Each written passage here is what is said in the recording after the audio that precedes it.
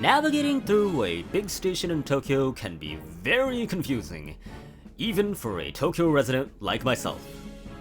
So, what does a first-time tourist have against this? Or this? Or this? In this video, I'll try to explain the basics of the train systems in Tokyo, so future tourists like you won't waste your time wandering through real-life RPG dungeons. And before I start, please like and subscribe for more informative videos like this one.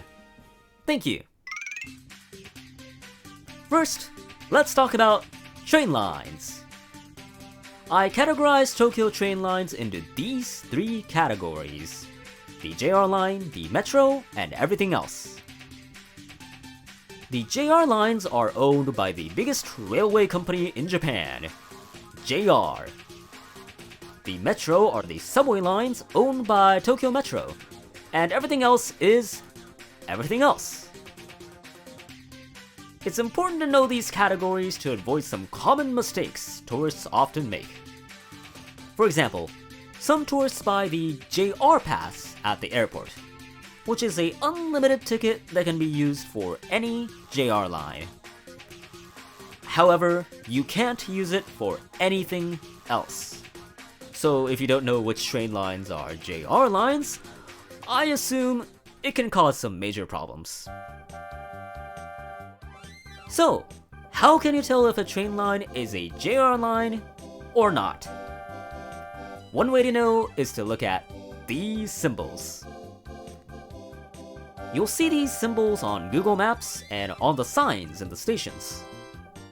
Each symbol represents a single train line by having a unique color and letter assigned to them. JR line symbols have a square-like shape and the letter J on it. The Metro line symbols have round shapes with very thick borders. Everything else just has their own things. Now, let's take our knowledge of the train lines and apply them to real-life examples. This is Ikebukuro Station. It's a pretty meaty station with 3 JR lines, 3 metros, and 2 other lines, each of them owned by different companies. In order to ride these trains, you need to go through these gates. Once you enter a gate, you have access to all of the lines a single company owns. For example, right now I have access to all 3 JR lines, since I'm in the corresponding gate. I could even transfer from line to line without re-entering. However, if I need to transfer to a Metro line, I need to get out of this gate and walk to the Metro gates, like I just did right now. So, how do you locate these friggin' gates? How do you locate anything? Well, most of the time, signs in stations are seen above, often hanging from the ceilings or on the walls. Notice the symbols on the signs? Like I said prior, it's the same symbols you see on Google Maps. Thanks, Google! The yellow signs show where the exits are. Make sure you know which exit you want to use. Going out of the wrong exit can potentially be very consequential. Surprisingly, Google Maps recommends the optimal exits when you type in your destination. At least Ikebukuro Station is organized enough to have all of its lines in one building. Now let's take a look at Ochanomizu Station. This station has all of its JR lines in this building. However, if you want to use the Marudochi subway line, you need to walk all the way over to this building. The confusing part is the fact that both buildings are called Ochanomizu Station. The same phenomenon happens in other stations too, like Shibuya. The white signs that look like this often show where a station is, so pay attention if you see these things.